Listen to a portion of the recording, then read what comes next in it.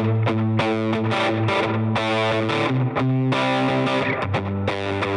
listening to the Cantina Cast,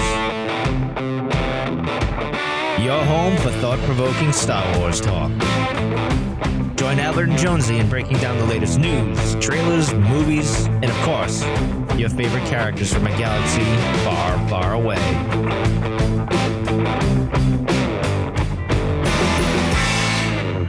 Hello, everyone. Welcome to the Cantina Cast. My name is Albert Padilla, and this is episode 496, our breakdown of The Pirate, chapter 21 of The Mandalorian, season 3.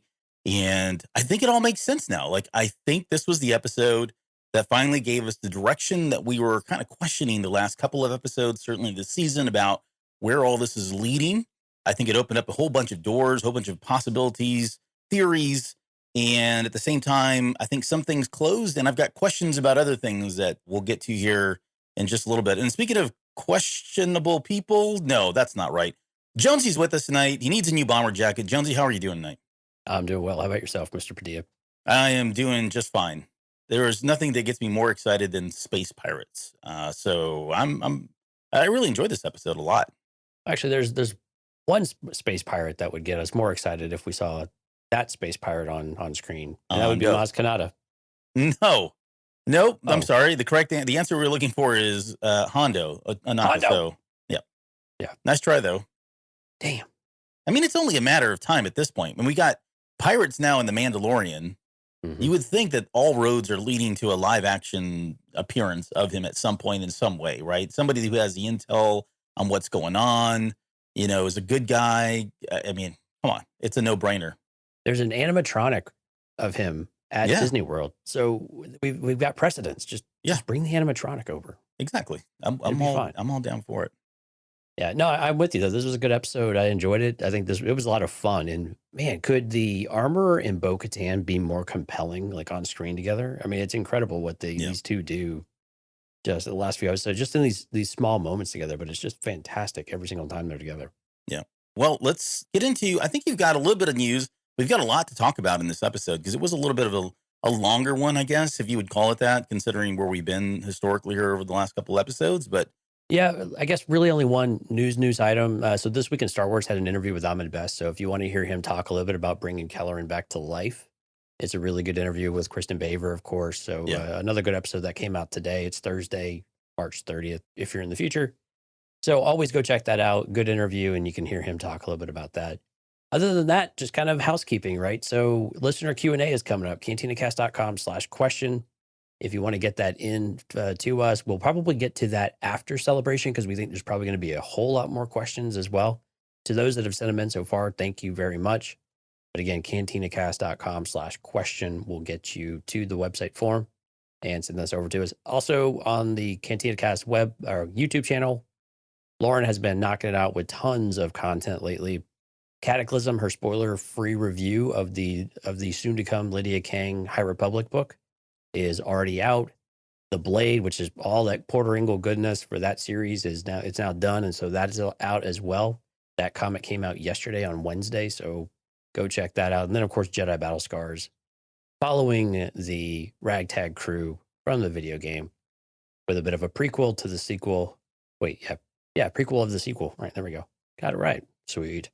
So cantinacast.com/JNA, we'll get you some of that. Cantinacast.com/YouTube.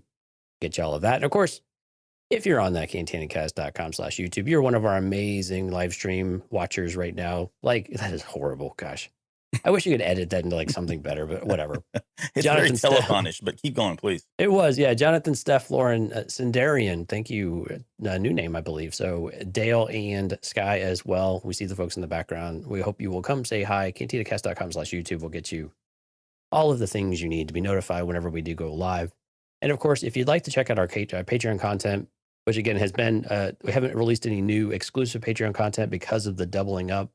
But now that Bad Batch is over in so many different ways, we'll be bringing that back soon enough. Yeah, spoilers. Yeah, we'll be bringing that back soon enough after we get out of the celebration. Gosh, all the fun that's going to be next weekend, which we got some really cool things brewing there for you. So cantinacast.com/Patreon. If you want to go check that out, again, you can get either early access to episodes or you can get access to exclusive content anywhere from $1 all the way up. But if you'd like to get on the show, check out some of those other tiers as well. We'd love to have you on the show. And a Yep. special thank you to those top tiers. Now part of the tribe members: Mike, Rob, Lauren, Dante, Risk, Justin, Jackson, Sharkman, Dan, Daz, Isabella, Uncle Leon, and Josh. And then, of course, our Delusions of Grandeur members, Rod and Kathy. Again, thank you all so much. Everything you put into the show goes right back into the show. Yep. So with that, let's segue into our main topic, which is the breakdown of the pirate. Okay, so I said it at the beginning, just to reiterate, I felt like we at least got some direction now on where the series is going to go. Like, I was really questioning, like, I guess we always kind of theorize or hypothesize that they would be going to Mandalore, and that's pretty clear now. But at least, like, Right. there's now a new life given to Bo-Katan in terms of where she is. I mean, there's no doubt in my mind. I think it's been a slow evolution, or I guess it would be an evolution of who I wanted to be the Mandalore, who would unite Mandalore. That seems to be to me, it's like undoubtedly Bo-Katan at this point. I could be Right. wrong, and they could pull a fast one on us, but that was at least answered.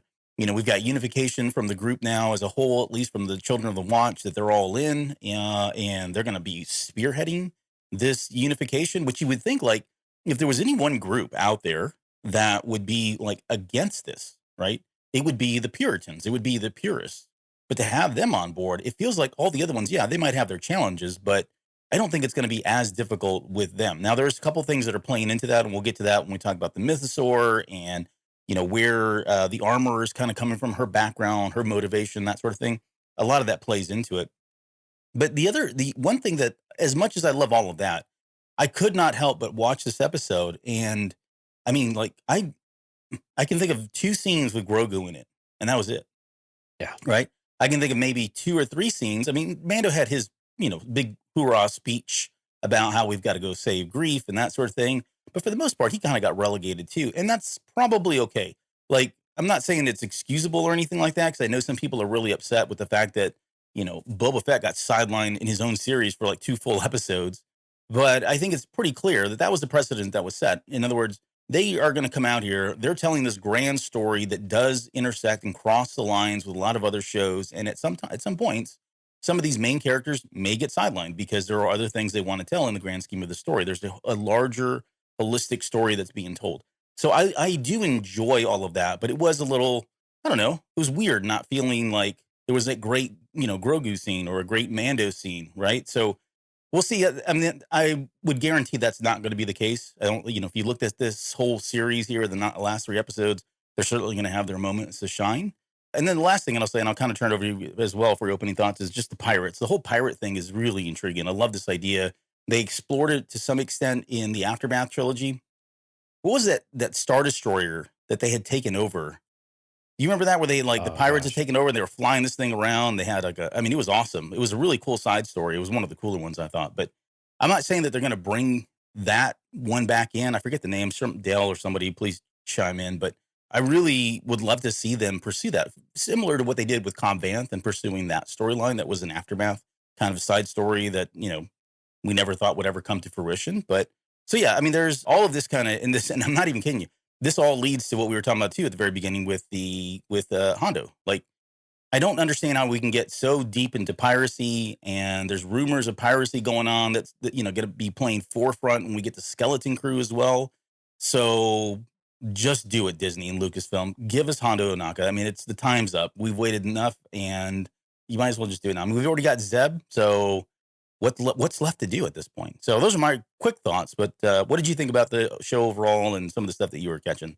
Well, what's interesting about the pirate angle, though, is that it's the connection that Carson Teva is making that to the Empire, and Yeah. whether or not there is a connection, because it's not obvious, right? Why the pirates would be there. I mean, the Empire.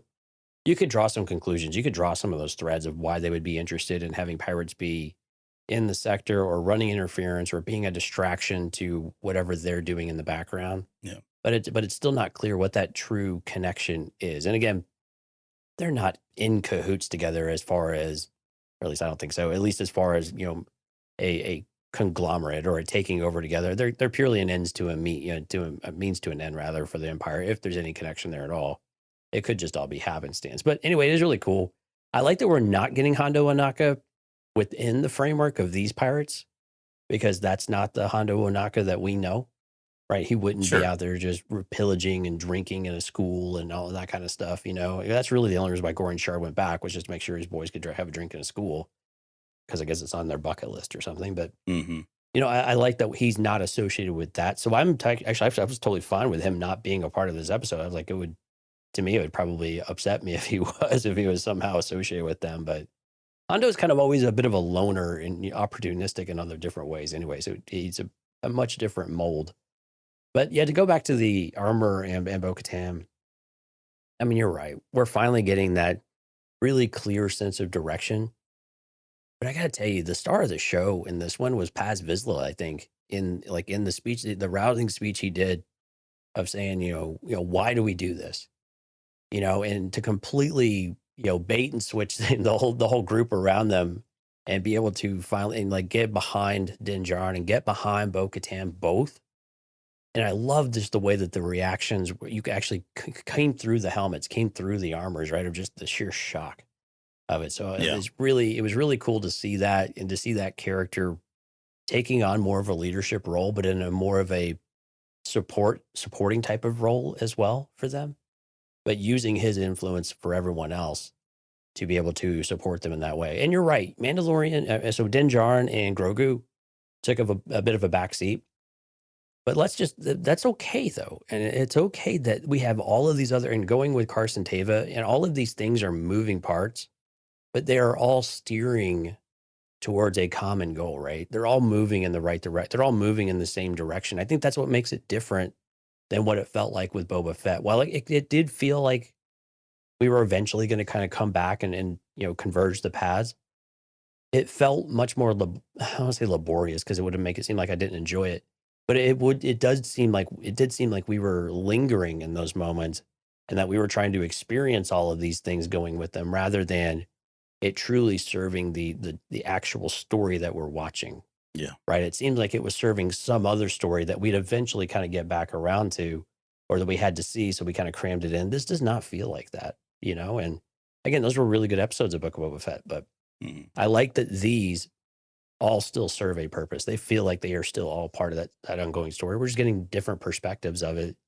And it was good to see, the what's her G58? Is that her number? I can never remember Katie O'Brien's character. Kane. Elia Kane. Kane. Yeah, there you go. Elia Kane. Yeah. So it was kind of good to see her come back in, because I'd kind of already forgotten about the character, oddly enough. And so it was interesting that she's an officer now. She's increasing her station, and Hmm. Tava's just like, I don't trust you at all. Yeah. No, that was good. It was a good reality check too. Yeah, well, it is a good reality check. You're right. I mean, so it's cool, and that Moff Gideon, we starting to bring that back into it, I think is so important, and especially as we get towards this halfway point of the season already. Yep. Well, we'll elaborate on some of that stuff here a little bit later. There was one question that was thrown in earlier on. I think it was in regards to Hondo. Who do you think will play? Who do you think the live action will be? I think that was from Sindarian, and I don't know if it was Hondo. Presumably that was probably around Hondo, yeah. Yeah, I mean, the fact that I got a question about Agent Callus, or Callus as we'll just call him a little bit Mhm. later. But I mean, it just feels like all of these characters that we saw in Rebels and Clone Wars, at this point, just bring back the actors. I'm like, I don't even care if they look slightly different. Just bring them back. I mean, having the voices there and knowing that they were the animated characters would be awesome. And I forget the actor who does the voice for Hondo Ohnaka, but it's a weak way. So just throw a ton of makeup on and he's going to look the same, right? I mean, he's kind of an easy one. It was like Cad Bane. It was like Zeb. Yeah. I mean, you bring the voice actors in to do it, so you get that consistency, because the makeup and whatnot, it doesn't matter who you have under it, as long as you get that look right and you get the movements right. Yep. Then you get the voice on top of it. It's gonna quell a lot of it, right? Yep. But it is cool. I think this episode was this was supposed to, it kind of felt, I remember a conversation we had a couple weeks ago about, are these episodes, were they supposed to be setting something else up, right? Right. The big event, right? I think you had called it. Yeah. This episode really did kind of feel like they had elements of that, with the Delphi Rangers being named specifically, Yes, with the, yes. With the cantina for all of the pirates, kind of this little base and all of that. It really did feel, and then even Zeb's presence there too, it really felt like this was supposed to set something else up. It might still be. They might have left it in there because, hey, there's still hope. And what's the harm in having it, right? Right. And it makes you think that if they were to do Rangers of the New Republic in any kind of format or way, pretty exciting that you have the opportunity for Nevarro to be there.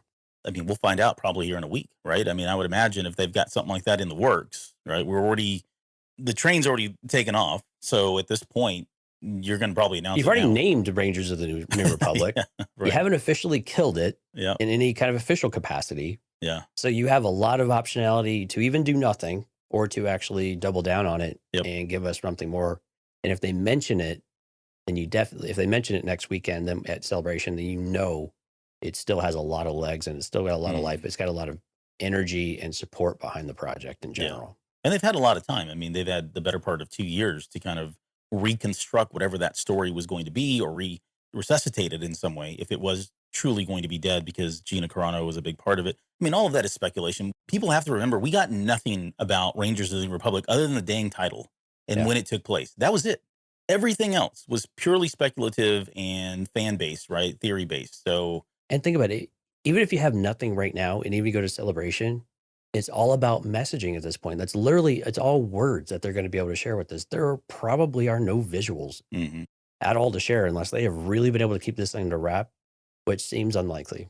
Yeah. Right. I mean, everything has some sort of leak if you've done any kind of shooting, right? So unless there's a writing and just brainstorming and things like that. But again, everything is about framing it up right now. And so they can do really whatever they want based on how their feel of it goes. And so if they mention it again, then it seems like there is still very much opportunity of something that they want to do.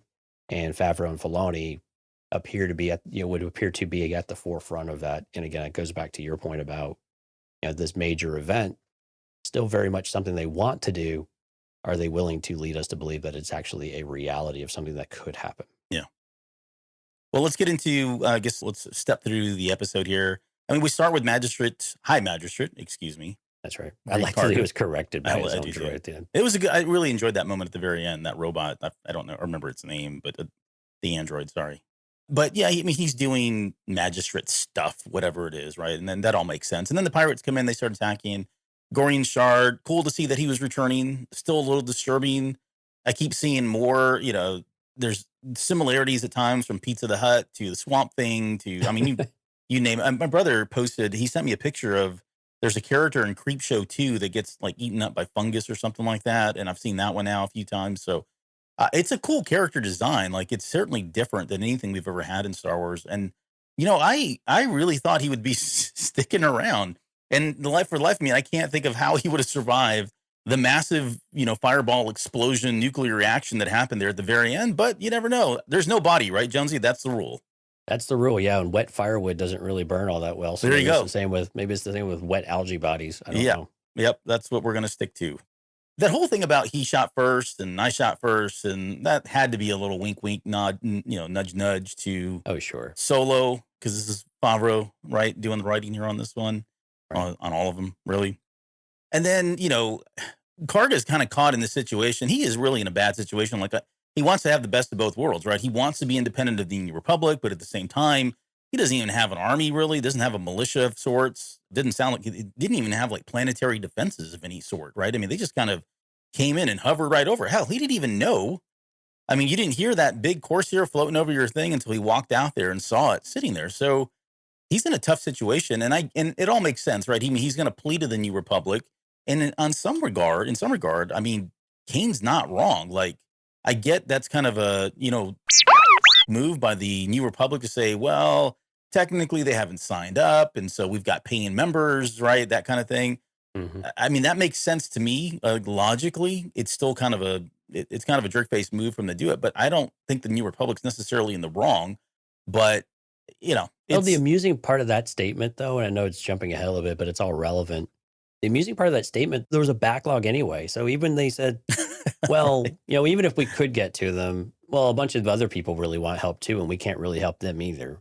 Yeah. Right. So it's just more examples of the New Republic struggling. You can feel the way you want to feel about some of that. I'm a bit conflicted as well. The attitude, I think, is the part that I have more of a problem with, and that the ladies' man is giving us that messaging is funny in a way, but also mildly disturbing. Yeah, at the same time. Yep. All right, yeah. I love that we got the character though, because I just love the actor too. He's just so much fun. But Yeah, he was a good fit for that, especially what they were going for. exactly. But I mean, still, it just feels bad, right? That the New Republic, he doesn't really want to help him. It just you get the sense that they just don't necessarily care, or Hmm. they're so inundated with everything else they can't keep up with it that they've just given up and he just kind of sighs and like, yeah, I've heard this before and has to turn it off, you know. And I'm exaggerating a little bit, but that's the impression you get, though, right? Yep. So from here, let's just jump to what I guess is kind of like I'm guessing it's a New Republic spaceport of some sort. I mean, there was Y wings, there was X wings, probably just those two. I don't really see any other kind of noticeable ships in the background there, but they seem to be at some kind of a port or dock where they're all kind of coalescing and getting together, having drinks, playing pool, doing stuff that officers do in their off time, right? It was like a scene out of Top Gun, There you go. Yep. Short of bomber the jackets and all. yeah, the bomber jackets and all. They just Carson didn't do the Teva is Maverick. that would be, yeah. They could have done "You Lost That Love and Feeling" and just kind of put a big bow on it. But I don't know where we are. They didn't give us a location there, but we get the message from Grieve Karga, who's reaching out to Tiva, Captain Tiva here, and essentially he's talking about the pirates that are there. He's asking for the Spinward Patrol that kind of comes through there. I mean, he mentioned this to Gorian Shard, and Gorian kind of laughed in his face, like, "Yeah, right, those guys." Like, it didn't seem like they were really a threat to him, although they probably should be at this point. But he's asking for his help. If he's afraid that it's going to become a pirate base, that Nevarro is going to get overrun by pirates. Again, all this makes sense. Just quickly on the pirate aspect of it all. I mean, we've talked probably ad nauseum at this point that depending on where you are in the galaxy, when there are these shifts of power, right? These vacuums open up. And with the Empire leaving, I mean, that really just kind of creates a whole vacuum of tons of different potential players to kind of step up and fill that void. Pirates seem like one, gangsters is another one, right? The Huts, the rise of crime lords, all of that seems kind of natural. But just, I don't have this at the very end, but where does your mind go with like, how are all of this connected? I'm kind of with you on what you said earlier about how it's probably the pirates that are being played by the Empire, right? We saw that with the First Order, not to bring in Resistance. Holy crap, we're going to channel Resistance for the first time in I don't know how many years now. But in Resistance, it was the same thing. The pirates were out there. They were kind of doing their own thing. They had sided with the Resistance or the First Order, but they were being played as well. Right. So it could be a repeat of this, or maybe it's an extension of that at some point. Who knows? Maybe this is the beginnings of it, and it's a way for Dave Filoni to get redeemed for that series. But how are they? Do you see them anything more than just pawns in a bigger power play here by the Empire, or sorry, the First Order? Unfortunately, I think that's what they're. I mean, that's just a lot in life. Unfortunately, I mean, pirates are just opportunistic. They're a ragtag bunch. They have their loyalty is questionable at best most of the time, unless things are really good. So that they would be played by the Empire and they'd have an opportunity to seize power, especially in a place like this. And now they have a vendetta against a Grief Karga type of character. It's just all brings itself to the forefront for that. But I really do think they're just a pawn. Now, whether or not that's specific in here, I think remains to be seen. If his concerns are legitimate here, but I think in general it is just Empire using them for however they see fit. But you're right. It's a power vacuum, though. I mean, they're the space. It makes sense that pirates are running rampant across the galaxy now, potentially, right? It makes sense that if you don't have that there, and to tie back to a couple of episodes ago in Mandalorian, we know that the fleet is being decommissioned, not only the Imperial fleet but also the Rebel Alliance fleet as well, right?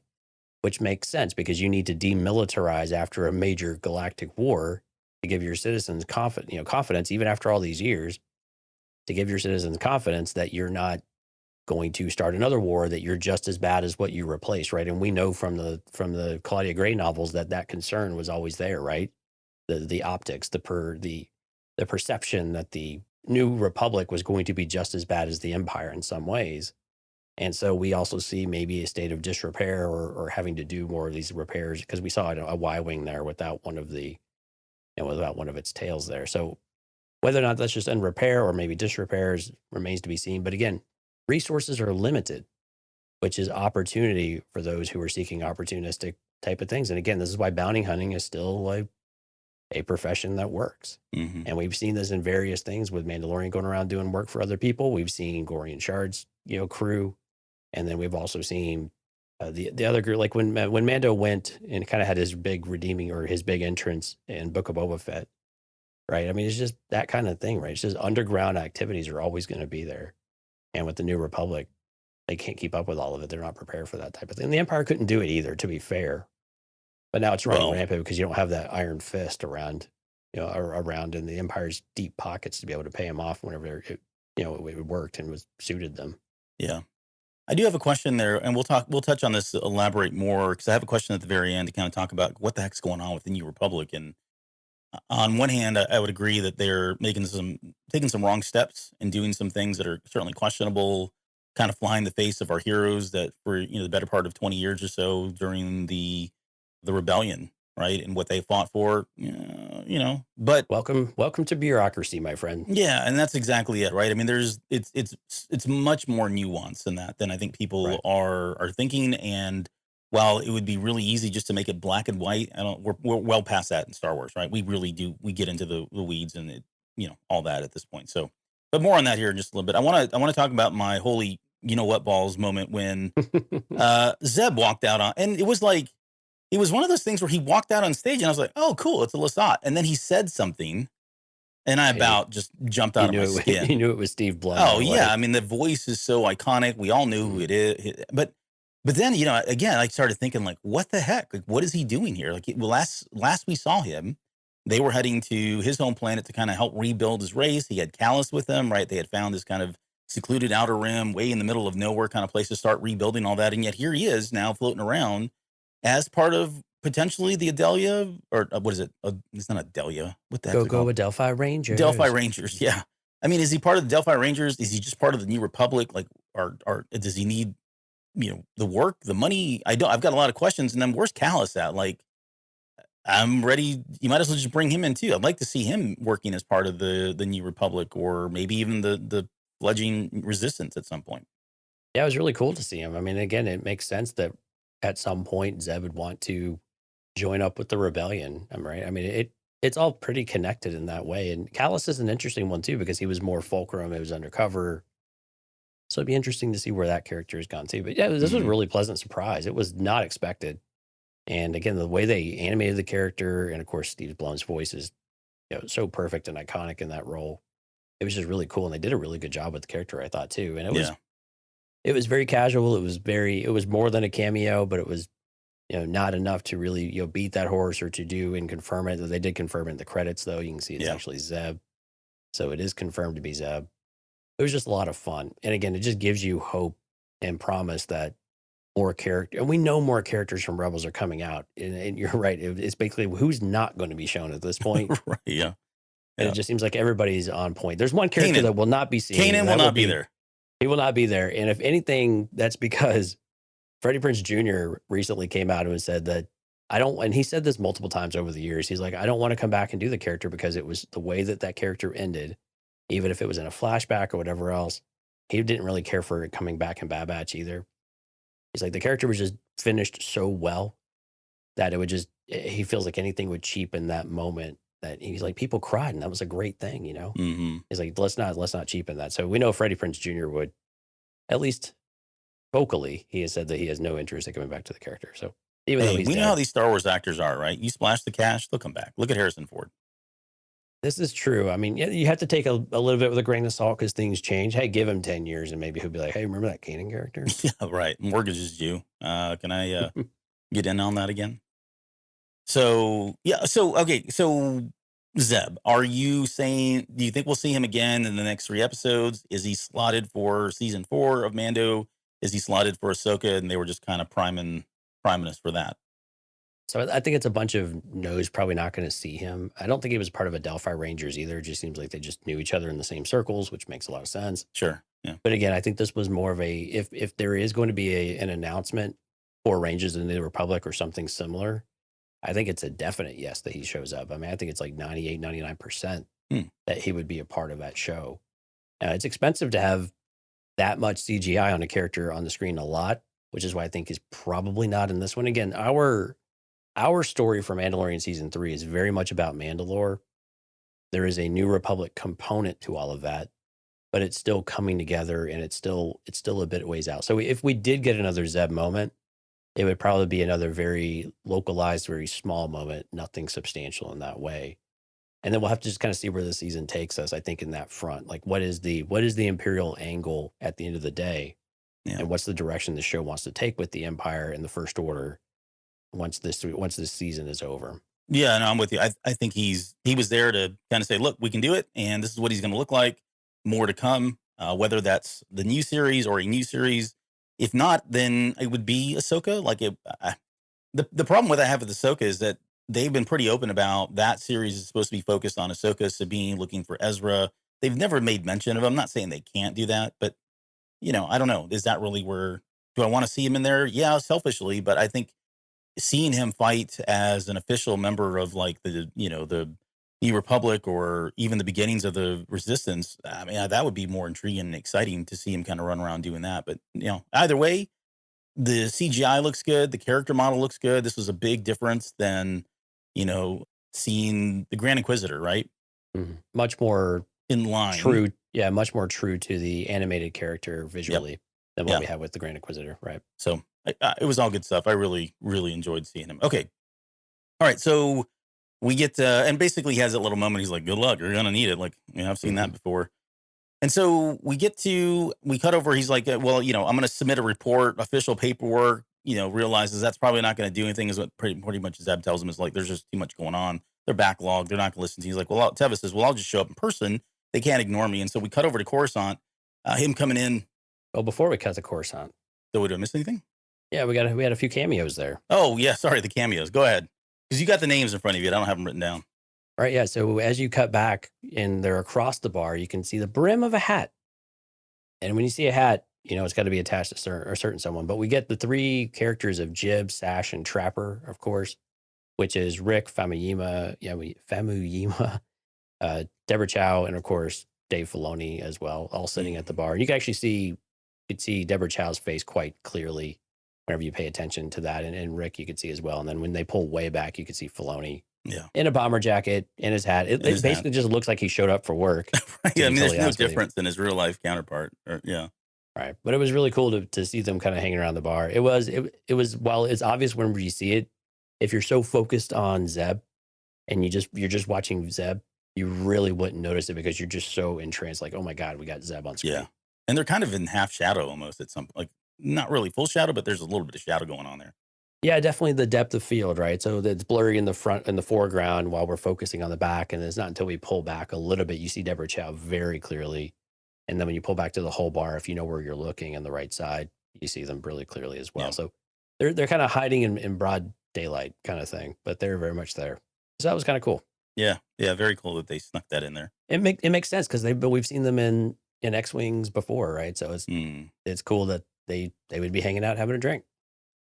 So getting to the ladies' man, Tim Meadows playing Colonel Tuttle, I've got questions about how much time has passed because it feels like Elia Kane has now moved up. Maybe she's not. I don't know what kind of position she has. She seems to be at all the right places at the right times, which is very convenient. But whatever. It's Star Wars. Yeah, it seems like she's getting a lot of help in the background somehow for her to advance this quickly and into these more sensitive roles, I would think, right? Yeah, well, and then nothing came about her frying Pershing's brain. Like, I mean, I don't know that we'll ever get the resolution as to how that happened. I mean, I don't know. The guy that's in charge of that thing sets it at 3, walks out, comes back, he's fried, and I would imagine through some kind of an autopsy, they would say, oh, he got high amounts of this stuff when he shouldn't have. Oh, wait. Kane was the last person in there. I mean, that to me, it just feels like that's full indictment. So why did she get away? Right. I was thinking she wasn't going to come back. Like that was her, like, she disappears and she did what she had to do and we never saw her again. Yet she looks to seem to be okay, moving through the ranks. Oh, dude. Yeah. She was eating that biscuit. Like, man, like no worries on her mind whatsoever. Right. Yeah. I can think of a lot of ways how she got out of that one. Not all of them are PG-13, but yeah, it's cool. Okay. Well, I mean, you could just think of a lot of ways that she can manipulate her way through a situation using all of the tools in her utility belt, type of thing. And that's not to say just because she's a pretty girl or anything like that. It's just more of she is an agent of the Empire, right? So she is going to do whatever it takes in order to continue to further that agenda. And it appears like she is very amoral in that area and she's very loyal to the Empire, through and through. So she'll do whatever needs to be done, right? Yeah. And I think if there was ever any doubt as to where her loyalties are, I think it's pretty clear at this point, given what she was trying to do, which is essentially to stop, Navarro from being overrun by pirates. That seems to be part of the plan, maybe in some way. We'll talk about that here too. But Right. nonetheless, Teva's kind of explaining his case to Tuttle. Tuttle gives him all the reasons why they can't do this. We probably don't have the funds, the people. We talked about there's paying customers. We can't, go out and save everybody. Like all that makes it's like not cool that they're doing that. And I get where Teva's coming from, but Teva's also coming from a point of, and he makes this known several times to a lot of different people throughout this episode is there's something bigger at play here. And later on, we get the quote that was in the trailer about, it's going to be before you know it, it's going to be too late, right? Something big's happening before you know it's going to be too late. We assumed that he was talking to Mando because of the way that trailer was cut.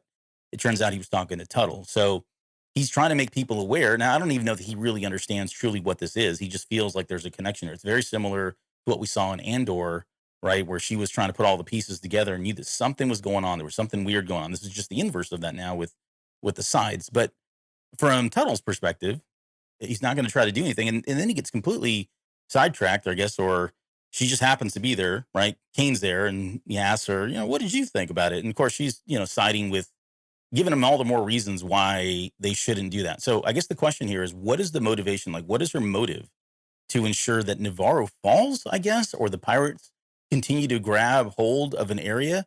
Now, some of this too, and I know I just asked you a question, but this made me think of the High Republic, right? Where they were going around and they were creating all these different battles, trying to pull the Republic away from the real threat. There was actually another threat that was brewing, right? The Nihil. And they were using the Drengir to go out and do all these little skirmishes and stuff. And to me, it felt very similar to that. Like they're using these pirates to create what am I thinking here? Very much a distraction. A distraction. Thank you. It's a They're distraction. trying to put something out there that draws the attention of the New Republic and anybody else who really cares or has the ability to resist in any kind of way, for lack of a better word. And stretch their resources thin, right? If they're fighting all these little battles here and there, little skirmishes, that sort of thing, then it keeps their eyes and ears and everything else away from the real threat, which is brewing, which I would assume being Thrawn, Moff Gideon, the rise of the New Order, or the First Order, I don't know, all that stuff. But so again, motive on why she was so inclined to kind of intercept that conversation and put forth what she was saying there. Yeah, I mean, we could, and I won't rehash a lot of what we said because I think it's a lot of all of that. I like that angle. I like that that there are distractions going on, that the Empire is trying to play the New Republic, distract them. Now, I think the other part of this, though, that is interesting to talk about, though, is the Mandalorian aspect of this. We know that Gideon and presumably Kane understand that there is a connection with Grief Karga, Nevarro, and the Mandalorians, right? They not only saw them, they helped route them. There is a link. So it could be that they are also, within all of that, they are trying to draw the Mandalorians out or maybe re-centralize them and bring them back because they need to handle that too, because they are concerned about a growing threat within the Mandalorians. Now, there's not a lot of evidence to suggest that that's real or that's true because they've gone underground. When they have come up, they took heavy losses. So there's a lot working against that argument, but I think it's another aspect of it, especially what we saw at the very end, kind of in this epilogue type of moment of the episode where they've left some sort of evidence of Beskar armor or Beskar mental shard, or whatever it might have been. Yeah. So are there things at play that are trying to loop the Mandalorians back into all of this? And if we could put them somewhere we can find them and we know where they're at, then we can address that more directly when we're ready to, or when we need to. And we can use these pirates to throw at them as just fodder, to try to dwindle those numbers down a little bit. But they also know that they're better together than apart. So it's a risk, right? Yeah. If that's truly a strategy that they're trying to follow, it's a risk. Unless they're able to strike relatively quickly, within like the next 4 episodes. Yeah, right. Or 3. Yeah.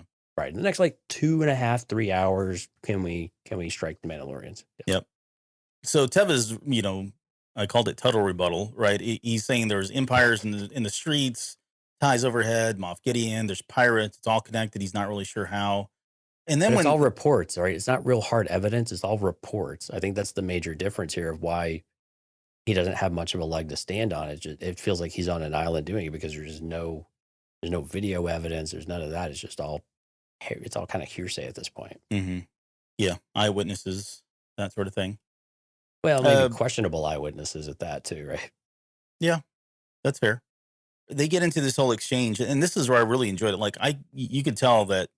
I mean, yes, for the New Republic, as questionable as some of the people have been, and some of the choices certainly have been questionable, there are people like Carson who are like straight arrows, right? And he's, to me, I mean, he sees right through her in every way. Like, I mean, he's looking at her. He even looks at the letter, the insignia, the scarlet letter that they carry on their uniform there as being Right. the converts or whatever they are. Yeah, amnesty program. Yeah, the amnesty program.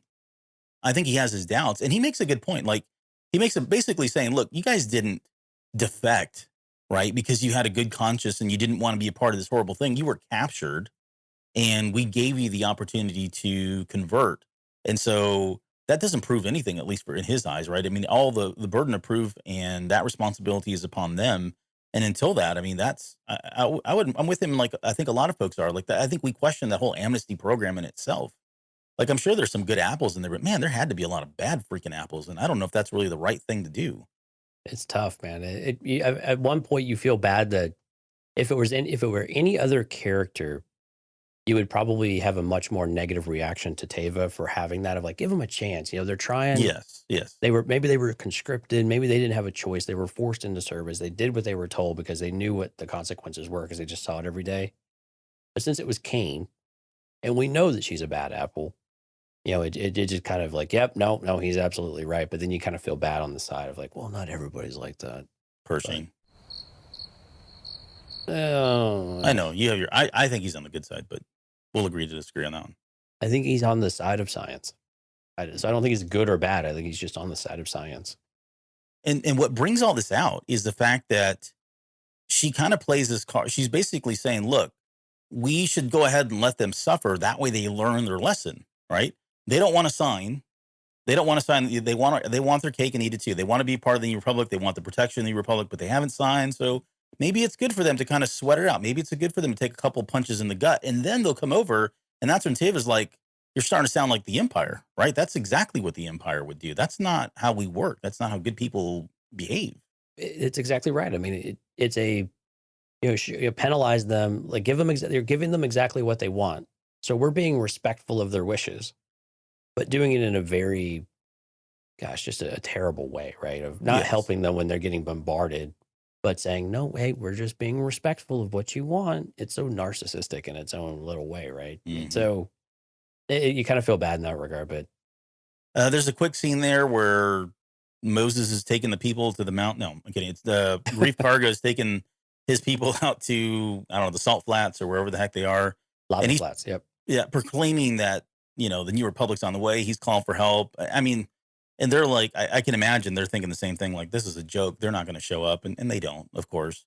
Well, but he has to give them hope, right? He has to give them something to champion around that. Hey, he's being honest that he did call the New Republic for help. He's hoping that they'll be able to do it because he didn't get confirmation. But what else are you going to do? You have to give your people some sort of encouragement that, hey, we're going to get through this. Help is on the way. You got to give them something, right? No, I would just say, this is it, guys. Set up camp. Let's get started. I'm kidding. Just start going just start going digging your own graves now. Right. You can claim any part of land here you want for your grave. It's first come, first serve at this point. Everybody gets their own tract of like 6 by 3 feet. Yeah. So was that seemed like a low number of people? I guess I envisioned Nevarro. Were that many people dead? Was that all that he was able to kind of rustle, round up kind of thing? I I had the same reaction. I was like, man, that's not very many people. But we did see people still in town. They were serving a little bit. The Anzellans were there. True. So I'm assuming that some were probably just in hiding, hunkering down, trying to avoid. Because you're right, we have seen this place as a much more bustling, center of activity and hub for trade and all of those other good things that Greef Karga is, touted upon this Nevarro. To where that just seemed like way too few. But again, you couldn't have a whole giant crowd of people because that presents other issues, I think, storytelling wise and with damages and all that. But anyway, so I just didn't think too much about it. It was a manageable number of people. It was enough to make the point, but others could just be in town still. I'm with Dale. He says They probably went to other places with more shade. Yeah, it Like, was like 2 feet nothing. of shade. Yeah. Yeah. Thanks, guy. There's no water around here. Not Yeah, a Grief Karga is one hell of a leader, let me tell you. not a great leader. Let's go out in the middle of nowhere where there's salt. That'll do it. We won't be able to grow anything either. It was lava. Or yeah, lava, whatever it was. Either way, both are bad. The cynic in me thinks that they just couldn't fit that many people on the stage for the volume because it was like a Kenobi problem all over again. So okay, never. Well, that's another. I have purposefully not mentioned the volume hardly at all. I know in we were recent so hard weeks, on that yeah. thing during the Kenobi series, but Well, deservedly so. deservedly so. We're not stepping down from that one. Okay, so then I'm we curious get. how much it's in. I'm actually curious how much it's been in use this season. I think it's been in use. I think they've just gotten better at it. And Maybe so. yeah. Okay, so we get to wherever the Mandos are. Blue Boy finally shows up there, right? This has come up, and I know, and I don't have a really good theory as to why R5 and like how did he know R5 was there? Like even when it happened, I thought, what? Like, okay, cool, yeah, it would make sense. Maybe they did serve in the rebellion at some point, but still, either that droid reached out to him, or in the process of trying to track down Mando, somehow he got to Peli Motto, and Peli. I can't see Peli giving that information up because she doesn't know who this guy is.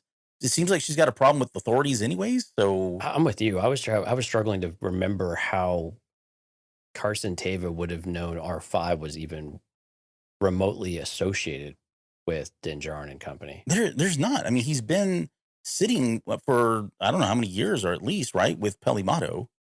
So it had to have been Peli, right? I guess, yeah. I mean, that's the only. I mean, how else? I mean, there could have been a beacon or a signal, but how would have he known to look for R5 in the first place? Right, is my point. And I Yeah. just couldn't, racking my brain, I couldn't remember R5 being present anytime we'd seen Carson Teva around Din Djarin and company, even if it was outside the ship or anything like that. All of that was before R5 went on any kind of mission with Din Djarin and company. Right. So if I'm wrong, yeah, someone let us know in the chat. But still. Yeah, my headcanon is he's looking for her, or he's looking for him. It leads him to Mos Eisley, leads into Peli Motto. Peli says, okay, yeah, I gave him this droid. Oh, that droid. I know that droid. I can track that droid. And it's as simple as that. But it's still a lot of mental gymnastics to get there, in my opinion. Right. I mean, and Dale had made a point that, he went to his R5 and plugged something in, APB or something. R5 has been off the grid. He plugged into the ship. He didn't even plug into the ship, I don't think. Oh no, he did. Like when he flew the N1. But at the same time, his sensors are way too weak on this planet. They're in a cave, a rock cave. I will science this thing to death of saying that it's just not possible for him to be able to get in contact with him and get a beacon that far out, right? To be able to, there had to have been some other pointer to this area to where he'd be able to do this, because R5 has not been plugged into anything ever since then. I mean, there's arguments to make. We could Star Wars our way into this thing too, right? Of course, but sure, yeah. And I get it. I mean, it was the point of this was he had to get to Mando because that was really the only person that was going to be able to save him, and so whatever, it's fine. Yeah, they just kind of shoehorned it in. It's fine. Yeah, you just don't think too much about it. You just move on, right? Yep, we go on with it. So anyway, so he kind of pulls Mando aside and says, "Look, dude, this is your friend, right? I don't care if you get involved or not in the bigger. There's something. I mean, he gives him the same line of, hey, there's something bigger going on. It's all connected. I don't know how yet, but at the same time, he's telling him, look, I get it. It's not your fight, but this is somebody you probably should be thinking about. And so that's enough and it makes sense. Mando certainly jumps on board with that. I just wonder though too, like how much of the Rangers of the Republic storyline is being woven in here, and who was this going to be? I mean, I saw folks theorizing that Carson Teva's role was actually going to be, Gina Carano, possibly. It's hard to say really, but I do like this whole world building thing that they're doing, this exploration of it, the expansiveness that they're starting to create in this era, because we have been in a bubble for the better part of 2 seasons with Mando, which is fine because I think that's what we were trying to do. But we're getting out of that, and so all of this is kind of playing into it, which I do enjoy. Yeah, with Cara Dune still in the story, a lot of these things actually probably went a little bit smoother. Mm-hmm. And so they've had to work around some of that. I mean, because Cara Dune wouldn't have been able to take on all these pirates by herself anyway, right? Because it was just her. And even if she would have a small militia, it would have been, like you said, like Mos Pelgo, right? Freetown, where it's just the sheriff and a few deputies, right? So it's not like it was going to be comprehensive, but there would have been other touch points or connection points that would have been a little easier to get back to Din Djarin and company, from that respect for contacting and things like that. So I think it would have been a little smoother sailing with Cara Dune's character involved in all of it, but they're still making do, I think, just fine with some of that. And again, this would have made more sense that I think Carson Teva would have still been as involved as we're seeing him now, but it would have been more in an interface with Cara Dune, more specifically, I think, than what we're seeing right now, where it feels just a little bit more disjointed with what Teva's having to do and how they've had to work around all that. Yeah. I do like that he puts that little bug in his ear, though, that, hey, there's something bigger. Because I think for somebody like Mando, right, the good doer that he is, yes, he's got his own fight here, but that is going to come back a little bit later where he's going to Oh, sure. feel obligated to help out in some way, right? So smart on him to do something like that, at least.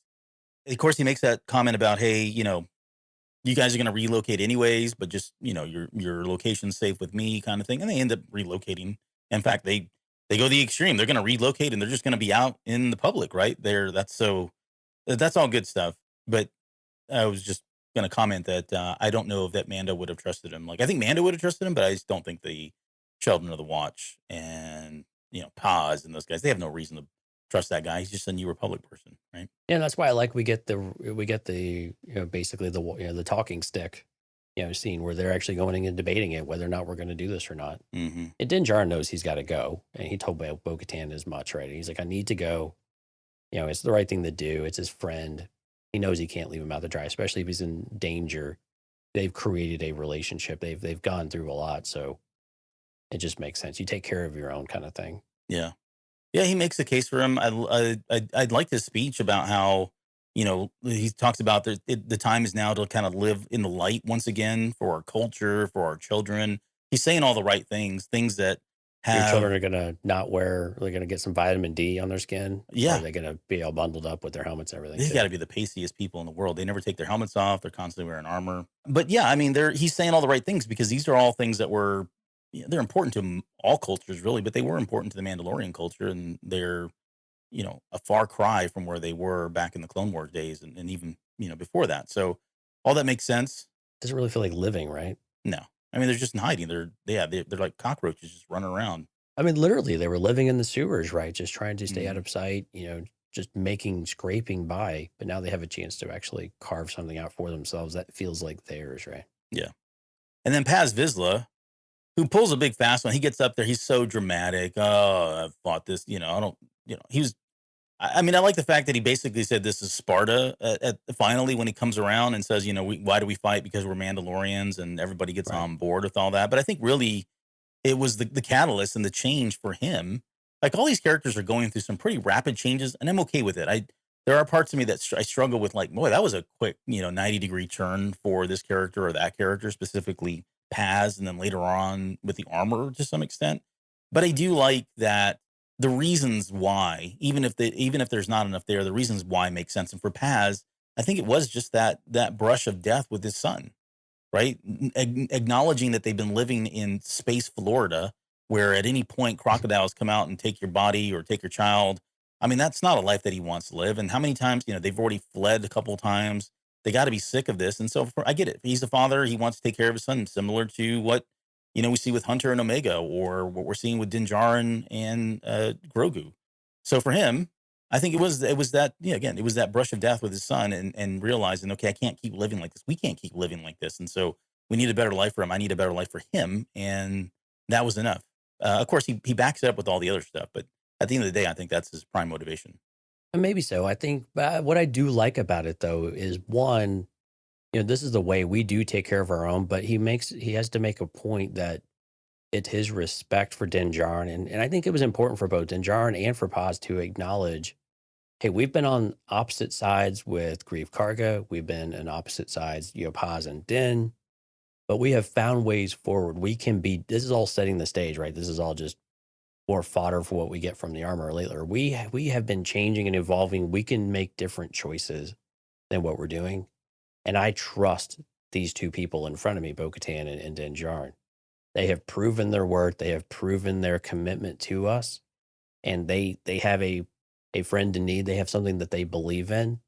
This is what we do. We are warriors. We don't hide in caves. We rise to challenges. We take care of our own, and we take care of what's important to our own as well.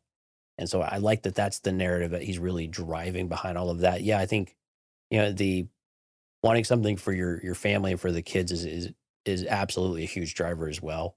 But I like it's also just that warrior culture and that taking care of your family. And this is what we do. This is what we want to show our children that we do as well. It's setting that example for that next generation. So when we do provide something better for them, this sticks in their mind and that we won this. We earned this. It wasn't just given to us. We earned this, and it was on the blood of our brothers and sisters, and it was something that we were actually able to go out there and take, for ourselves rather than just be given, Mm-hmm. and Yeah. in a positive way, taking it rather. Yeah. He did mention, Bo-Katan and Din Djarin talked about them. And there's that moment where they're sitting. I mean, what a talk about a power couple. Like, let's continue shipping those guys. Yeah. And then we get into something we haven't had in a while, which is a montage. So we get a couple scenes. We get some music in the background of, the troops are getting together. Bo-Katan's coming up with a plan. They're going in the air. They board the ship. They talk about the Cumulus class fighter ship that Corsair that Gorian Shard is flying. Nevarro's independent. I mean, we get all this stuff, and then she leaves with this "you can be heroes" kind of comment, right? That was the only thing that was a little odd to me. The whole thing was cheesy in areas. Is that important? Well, the rest of it was fine, but is being a hero important to a Mandalorian? I think in this day and age, probably, but I get where you're going. Yeah, I just Everything's changing, Jonesy, about the Mandalorian, so why not, right? yeah. I mean, and again, she was appealing to their pride a little bit, I suppose. But I wondered how important that was to them in that case. Yeah. But the scene of them going into hyperspace and then popping out of hyperspace, it's so fast, but wow, it's super intense. Like, I Right. loved every bit of that and just the way it was filmed and shot. So I really enjoyed that. It was a really cool battle too, with all of the snub fighters, with Gorian Shard ship, the way that Mando. I mean, I thought about this actually when I was watching this the first time and every time afterwards that you had said that our Razor Crest moment was or one of the Razor Crest ones, we were gonna get the Razor Crest back. I'm like, why would you want it back at this point? Right at this point. Because he is just wrecking shop with this N1, and he's just so amazing with it, right? Yeah. And there were so many really funny parts of this battle too. He's above you, he's below you, and with Vane, right? Oh, I think yeah. his name was. Yeah, I remember that. I thought of the close the blast doors, Yeah. open the blast doors. It was very similar to that moment in Right. Empire. And so, No, yeah, I Star mean, Wars. Lauren called it out too. The dialogue was a little bit stiff in this one. I think that moment with Bo-Katan's, I think, was specifically probably the one that I would point out to that was a little bit weaker on, I don't know if it was the writing of the delivery or whatever it may have been, but it worked. I mean, they were just kind of laying out what the plan was, A-team style, But again, you got your montage, so congrats. Well, I got my montage and I got my cheesy pep rally speech, which is what this was. I mean, trust me, I'm not defending the speech because I would agree the dialogue was kind of stiff. And when she says you can be heroes, though, even the way she delivered the lines felt kind of 80s cheesy, but I mean, I am what I am, so I'll take it. I enjoyed that quite a bit. I thought it was more of Jacob Dylan. Yeah, it was Jacob Dylan, right? We can be heroes. Oh, yeah. Well, no, I don't think it was the song, but yeah. I'm pretty sure that it's- was what was playing in the background. It's David Bowie who originally wrote that song, but Oh, right. Yeah, but that's the one that I always hear whenever I hear it play Yes. because Yeah. more recent. I'm with you. I got you. So we get into the battle, and again, there's so much happens, and we don't break down every aspect of the battle, even though I've got a lot of notes here. But the plan is to they do the whole air clearance thing. So Mando comes in, swoops in, gets the snub fighters to take off. He even gets the Corsair to kind of follow Yeah. pursuit there a little bit. And then once they pull out of there, he has that kind of talk with Grief Karga saying, "Look, I'm back, but I really want land." No, it's not what he says. He says, he basically says, "Look, we're here for the land," and he mentions that whole 10-1 odds, which is a throwback to the very first season, right, where he's talking about Mhm. taking different odds and all that. That was kind of old school Mandalorian there. And as they leave, then we get this whole liberation of the city where Bo-Katan comes in, drops two teams off of Mandalorians. We get to see all the scenes from the trailer that we didn't know where they were going to be and how this is all going. It all starts to make sense, right? They're dropping out of the Cormac class starship there. I don't know. Like, this whole scene is good. Like, I know people have been talking about some of the moments felt kind of cheesy. There was a lot of times that I'm like, just fly, guys. Like, what are you doing? You're not pinned down. Just jump into the air. You've got a jetpack. Take off. Yeah. But for the sake of storytelling and building the intensity and all that, the drama, I think the scene, it all worked really well. Paz Vizsla also had another, what I would call 80s moment where he comes in and everybody else has been struggling, yet he comes down, and because he's got the heavy repeater, he goes and kills everybody. I mean, this is like Rambo style stuff. And so, Yeah, it was definitely Rambo, Arnold Schwarzenegger type of moment for him. so I mean, it's like total cheese, but I loved all of it. It does speak to me like a lot of the old 80s action movies, where the hero is just can't be stopped and can't miss and saves the day. All of that stuff was good stuff. I really enjoyed all of the battle. People have been really critical of this though. But what did you think of it? Really, I thought the ship battle in particular was just so much fun. Mhm. I mean, it was just fun. Yeah, the movement of the faces and the stiffness of the masks and everything, especially like the Trandoshan is just creepy. Oh, the looking. Klatooans too, or Yeah, the they're Klatooinian. Yeah, Klatooinians' mouths. yeah, they just don't move, very much and things like you get aside all of that though. It was just a really fun battle sequence, especially the ship one. The stuff on Nevarro maybe a little less interesting in that we do get to see the armor back in action though, which was awesome. And that there was a kind of a real threat with the gun on the on the balcony, and that they were taking shots, still weren't dying really, but Yeah. but it was fun though. And again, the land battle a little less so. I was with you and probably with everybody else. You have jetpacks, just jump up, DFA, man. You get the Death high from ground. above all day long. That's right. You just do that and you fire some missiles and everything is fine. But you had people to come in to help turn the tide. It gave the armor something to do because she wasn't going to go and just throw her hammer at people. She had to go and beat them in person. So it was great to see her get in on the action and help take the city as well, not just sit in the background and behind the scenes. So that was a lot of fun, and the whole scene was just enjoyable. Granted, we got our second Dank Ferrick of the season, so we are now at 2 for the official count we've got here on the screen. The over-under is 4.5. I believe Albert said 4. I said 5. So the over-under is 4.5. Get your bets in now. We got a few episodes left in the season. Yeah, we got to pick it up, guys. Come on, Favreau, let's go. Lauren's talking about, she said, we got to see the armor beat people with a hammer, which was awesome. Yeah, anytime she pulls that hammer out and her little tongs, it's been good stuff. It was so funny. She like pinched the tongs on the back of the guy's collar. I was like, man, no, pinch him on the ear. Like grab him by the ear and By the ear, like pull his eyeball like out. Do something, right? Like a small child and just beat it. Beat him down. Yeah, I mean, everybody had their moments in this. Especially, I love the way it was shot too, where you see the hammer, it's ground level, and you're like, oh crap, here it comes. We know she's gonna, lay down the beat down here. She even threw the hammer. Yeah, which is awesome. Cool. So yeah, it was great to hear in action. And I'm with you. Like the framing of the shot when she first walks in the door, it was like, oh yeah, here we go. Right. Yeah. The only other comment I had was all that Mandalorian recess time that they had in the last episode finally paid off. It was good for them that they were out there practicing as long as they did, because it all came into play during this segment here. And then we get this whole kind of no retreat, no surrender, last stance moment from Gorian Shard, right? He says, in a puffer pig's eye, which I love because that's a reference to Star Wars Rebels. There was puffer pigs. They've been everywhere, really. Right. Resistance as well, I think. I was surprised that he didn't take off, right? Because that doesn't seem like a pirate. And he's got no shields. No, he's down to one engine, and yet he decided to make a stance like that. I mean, his really what he was doing was targeting the people of Nevarro, which is why Mando and Bo-Katan said, fire, whatever it was. Take out the last engine. Yeah, take out the last engine, that whole thing.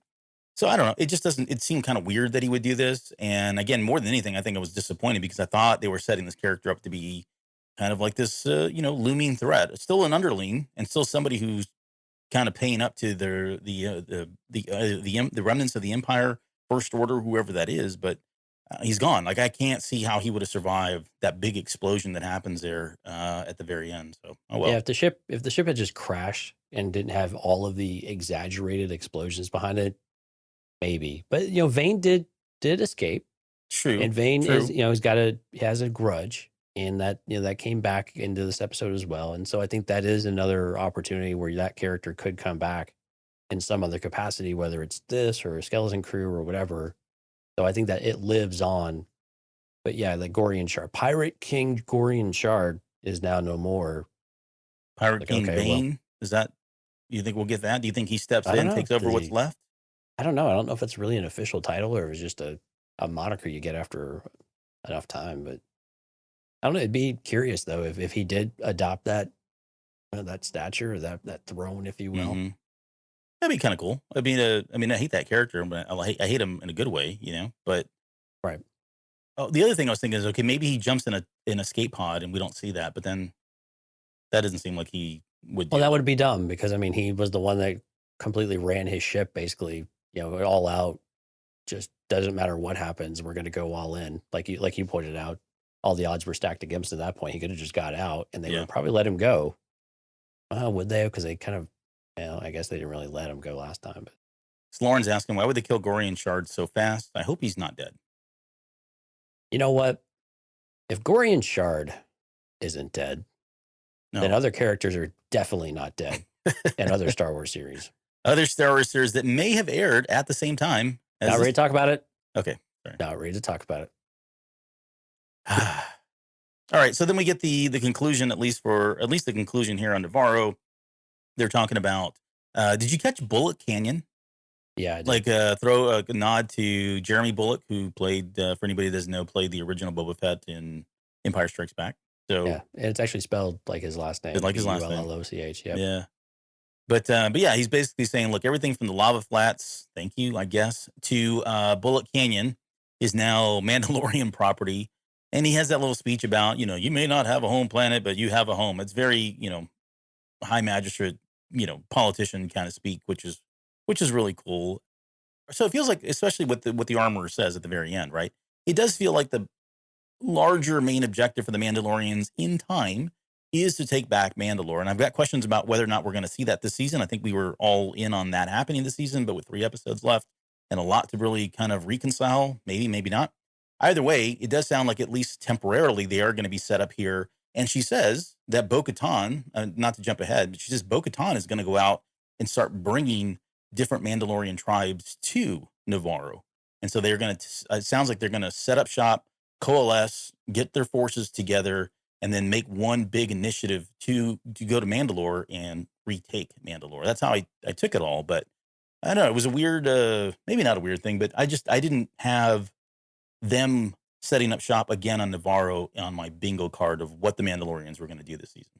That was surprising. I mean, that actually whole interaction with Bo-Katan in the forge in the sewers was a little unexpected because we had a very different side of the armorer show up, right? This very wistful, and you could tell that and I'm glad that we went back to it though, because clearly what Bo-Katan had said to her and what we had debated last time, right, was, this is the way. When you walk the way of the Mandalore, you get to see things that aren't otherwise unveiled to you. But to hear her talking that this has been on her mind the entire time and she's been stewing over it was really cool. And that she looks at the forge and she thinks about the great forge and the time there and what our culture meant, like what it felt like and what it feels like now and how it just feels so empty compared to what they have. Yeah, it's still just a tool. It's still just a thing, but it was the hundreds of hammers, right? The thousands of hammers, whatever it was, that were echoing while they did it, and the things that she thought were never possible and being this really strict, following the code and doing all of these things was supposed to help bring it all right. I have this person who has, in her words, walked both paths, right? Both the way of the Mandalore and the alternate path. But she has seen the mythosaur, something that wasn't supposed to be possible, something that wasn't supposed to be real. This was of legend, but you saw it. And I believe, and again, we have confirmation she believes that she saw it. You have experienced something that the only thing it can mean is that we are at the dawn of a new age. And this means that we need to embrace this. And this is our time. We have to seize this now, whatever that actually looks like. And I was not expecting that she would command her to take her helmet off. Mm-hmm. And then to pull the card, do you respect my station? I was like, man, that was a loaded question if I've ever heard one. And you can see Bo-Katan's like really uncomfortable with it. Well, yeah, she can't tell if this is a test or, if she's being duped here. Did you think it was a test at first? At first I did. Like, I was like, Yeah. oh, no, take it off. Don't take it off. This is a test. You're going to fail. She's going to kick you out. and all hell's going to happen at that point. But yeah, I got a couple things I want to add. So when she's talking about the forge, because I thought it was interesting that she went down into the sewers, essentially, right back to the forge that we saw in season one, and she's talking to Bo-Katan, and she's talking about the forge there and the forge in on Mandalore. And for me, it was an analogy that she was using.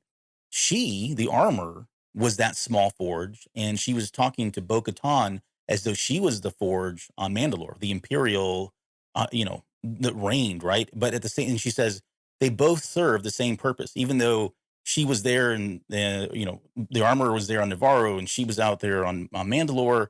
They had the same purpose, which is leading the Mandalorians. I think she was trying to put that analogy together and show her that doesn't matter where we are, how big one is, how small one is. We all serve the same purpose, right? Which is to kind of unite. We all have to be Mandalorians, and we should be trying to unite and coalesce, right? That was Right. kind of the analogy that I think she was throwing out there, right? That whole analogy of forges. When she tells her to remove her helmet, though, I'm with you. I thought for sure this was going to be kind of a test, and this is where I felt like they maybe moved too fast, and I'm fine with it. I've accepted. I've already moved on. Like it's totally fine. But this is where I felt like, okay, so I'm just going to have to accept the fact that she was, for lack of a better term, a Qui-Gon Jinn, right? She believed so much in that prophecy, and when she said when she said I saw a mythosaur, that for her it was like, okay, we're done, right? At this point on, I just need to trust in the force. Oh, I'm sorry. I just need to trust in the way, and follow. If she's the one that saw it, then she's got to be the one. And I think for her, just the kind of logical reasoning, the only way that was going to work is she had to relent. She had to give up this idea that somebody like Bo-Katan had to keep that helmet on at all times. It was never going to work. She knows that, right? So she's accepted that fate. Now, for her to come around that fast, outside of the fact, like I said, because of her belief in this, because of her beliefs, I should say, for her to come that fast is a little kind of jarring for me, but I think it's fine. I think it's true to her character. I guess what we're seeing is we're seeing more of the armor and learning more about the armor that we probably just didn't get originally. So it does feel a little weird, but nonetheless, I think that's really what kind of pushed her over the edge there. We're seeing that growth, I think, in the armor, or at least the, again, breaking of those chains of the past and understanding what needs to be different for us to actually progress and move forward. We can't keep living under a rock. We can't keep living in sewers. And I'm with you. I think the comparison was absolutely intentional, and I think you hit it right on the head. I think the other aspect of this, though, is that she needs Bo-Katan to, well, first of all, as far as how quickly this all happened, I'm under the impression that weeks have gone by, if not a little bit longer, between the last few episodes of Hmm. when we saw that and when this happened. Again, time is a bit enigmatic in this kind of a bit. It doesn't really matter a whole lot. It's very indeterminate in some ways. So I'm going to say that she's been thinking about this for weeks. Just going to say a few weeks. So I think in that time, she's probably had to have a lot of really difficult conversations with herself in her own head about what Yeah. her beliefs really are, and what in taking and kind of doing that self-awareness check of like, okay, what are my motives? What are my drivers? What is it I am actually trying to do with this covert? And I have this person now who this is an opportunity, but the more I think about it, I need that person to be everything that they are, and not, I don't want to say pretending to be something they're not, but trying to force themselves into this life. But in order to let them be that way, I have to be a little bit different. I have to be more accepting and open. We have to bring our people together.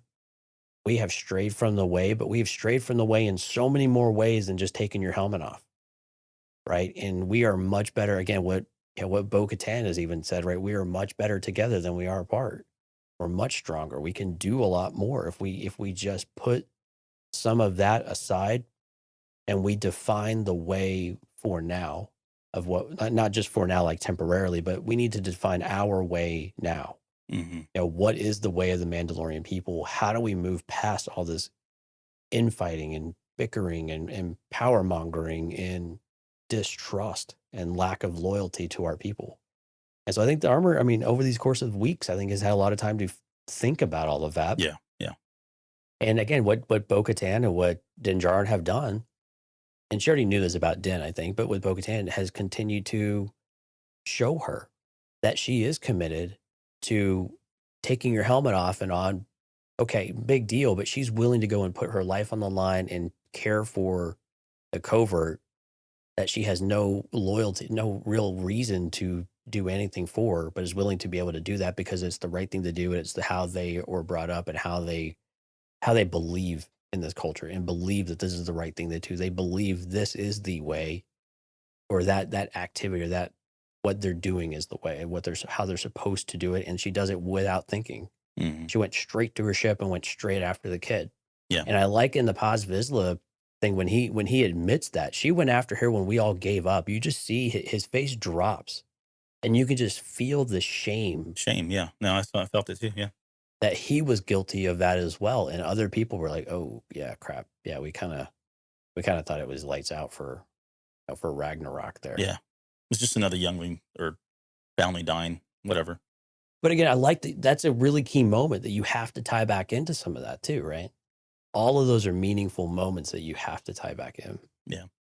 So Lauren had said it, you've kind of touched on it, and it's not lost on me, right? She has done the work. She's put in the time. She's committed herself, right? So I get all that.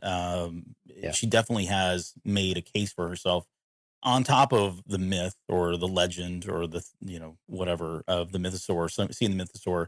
That line when she says, talking about the armor after she takes her helmet off, she says, "Our people have strayed from the way, and it is not enough for a few to walk it.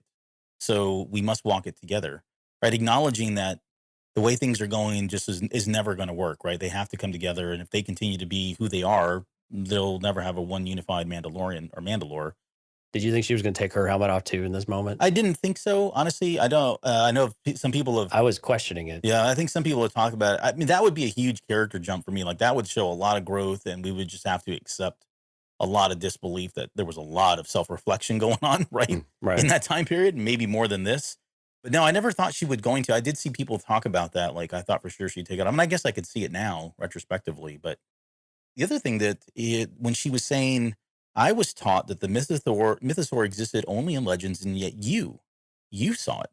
The way she says you saw it, like it was like definitive. There was no question at that point. It is a sign that the next age is upon us. Mandalore must all come together. You have walked both worlds. You are the only one who can unite us, right? Fine. So essentially saying that she's in this, she's got her, one foot in one world, one in the other. I don't think it's as simple as that. I mean, we talked about this. There are other groups out there that take their helmet off and don't take their helmet off, right? I mean, that all makes sense, but it does feel like they're at least positioning this as there's really two kind of groups. Like there's a lot of different tribes, and they probably have their differences, but they're so minor. I think what they're saying here is that the children of the Watch and others like them are so dogmatic that this is a big deal for them, right? Like this is one of those deal breakers of never taking your helmet off. And so because of that, because she's able to have been with both groups, understands both groups, accepts both groups, wears both groups on her shoulders now, that's going to be, she is kind of like that person. But I still feel like there are other groups out there that, I mean, this doesn't reconcile everything with all the other people that have turned on Bo-Katan, first and foremost, her own group. A lot of work to be done still, right? Yeah, that's what I'm saying. Like, and that's why I was questioning with 3 episodes, are we just going to like fast pace this, and are we going to get this, or are they just setting us up for season 4 now being the liberation or the retaking back of Mandalore? And more on that here in just a second, but nonetheless, they come out. You mean Book of Boba Fett season 2? Right. They'll just, by the time we get to season 4, Mandalore will have been regrown and everything's back to normal because it was all captured in the 2 episodes in Book of Boba Fett. That's right. So she comes out there. Of course, everybody's like, what in the world? Why is this, why does she have her helmet off? This is, she's an apostate again. And, we've already kind of hashed on this too much, but just, I enjoyed that the armor basically stood up for her and said, this is what's going to happen. She is going to unite us all. She's going to bring everybody together. She sits in both worlds. This is the way. I did enjoy the way, I don't know if I enjoyed it, but I questioned why Paz looks over at Din for acceptance first. And then Din gives him a nod like, yeah, dude. Because Din's always, I think, I don't know. I have a question why he was looking to him for acceptance and not somebody like the armor. Like, why wasn't it enough for the armor? Because for me, that does feel like yet another character growth that Paz would come around so much. Yeah. That now he's looking up to Mando to say like, hey, are you good with this? Because if you are, I am. I don't know. That was a little different. It's one of those questions of whether when he looks over, is this someone we can trust? Is this someone that we can really believe in and rally the troops around? Mm. Can this be our champion? I think because again, while they trust her and she's shown a few signs in very exemplary ways that she is supportive of it, it's uncomfortable for him to say, well, she's doing this. This feels wrong. But I'm glad the armorer backed her up. That's important. The armorer is going to have to be that bridge, to any other groups that are like this as well, the Children of the Watch, right? So that she's got to bring them along that says, no, if you respect who I am and what my place is in this covert and in our society, then believe what I say. But I like that Paz looked at Den and says, okay, I trust you. You and I have a history. We've kind of been through the trenches. We've fought, we've gone through all of this. Is this something that I can actually believe in? And she's not going to do us dirty, right? She's not going to turn her back on us. She's not going to betray us or betray our trust. Any of that, can I trust this? Someone I would call an apostate a week ago. Yep. Can I trust them? Or months. And I like that Din Djarin, while he's shocked, he respects the armor enough to say, okay, if she says it's okay, there's a reason behind all of this. I definitely love Bo-Katan more than anybody else in the world. So I'm going to follow her, and she's cool to follow, Pass. Right. Nice. Very well, Yeah. well done there. Okay. So, and then she ends that whole scene with, it is time to retake Mandalore. So I guess no question at this point. Well, but We're gonna get it back. so to actually answer your question, I feel like Oh, yeah, okay, yeah. I didn't Please do really that. answer the question. You lazy. It's a lot to get to. It's a lot to get to. I think if we don't get to Mandalore and do something, it's going to feel like a bait and switch here, right? Like Yeah. we have to do something. Now, how far will that go? What will that actual climax be? We'll have to see with these next couple of episodes, but it's because it seems like now we have to put the effort in to say, okay, how many groups does Bo-Katan need to go and find or pull together? Like, where is she going to pull this from? Is she going to go to the Night Owls? Are we going to get Axe and what was Sasha Banks' character? Sasha Banks. Yeah. So is she going to go get the old knight? Is she going to get the band back together in that space? Is she going to go back to the others that stole her ship and kind of abandon her and talk to them? She still doesn't have the Darksaber, so what's the motivating factor there? I saw a mythosaur. Yeah, you're crazy. Now you're just desperate, right? Mm-hmm. So what is it that's going to do that? There's time that has to be spent cultivating those relationships. This show moves fast. So is it possible that we will get through all of that in just a couple of episodes? Quite possibly, but we've got to get something on Mandalore. I think we've got to have some sort of climax on Mandalore, and this whole Moff Gideon thing that now we're going to get into. Yeah. Well, I think that's where it is. Has got to be a big piece of that, right? Yes, I would agree. Like, I think that was, without a question, it feels like if we don't take back Mandalore, then we're at least going to have a final confrontation with Moff Gideon again. I mean, okay, well, final, maybe not, but a big confrontation, yeah. A confrontation of sort. It doesn't necessarily need to be in the final. I mean, the finale. But I mean, Giancarlo was talking right before the season started about how he was going to have a big moment and all that, right? He's been fighting, practicing, training. So, I mean, I guess it's spoilers, but he was pretty clear that there was a moment there. So I think we're definitely going to get him at some point, right? So in that final scene here, just to kind of quickly summarize, Carson Teva is flying around in dead space, comes across a Lambda class shuttle. It turns out it was the same one that Moff Gideon was being transported to for his tribunal thing. And it looks like somebody extracted him out of there. And then he finds that little piece of Beskar that was embedded in there. And so we're led to believe that, I guess, and here I'll tell you what I think. We're led to believe that Mandalorians somehow rescued him. And you can take this a lot of different ways. I mean, that's not the only theory. I've seen a lot of them out there.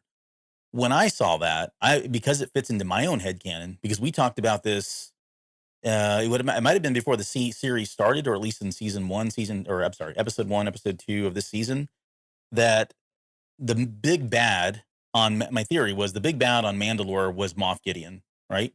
And I said that he probably has Imperial troops, but because of what we saw in Rebels, where they had sympathizers to the Empire, that there were probably Mandalorians that were on his side. This would help explain why he knows about the culture. I mean, he probably know about the culture just from being a part of it, but he knew all the rules of the Darksaber and all that stuff. But if he's been working with them closely, this would make sense. So I'm on the board with, or I guess I'm in the boat that yes, he was extracted by Mandalorians that have sided with the Empire. I don't buy into it being Bo-Katan's. Like these guys were obliterated in that whole Night of a Thousand Tears. Like, what is the motivation for them?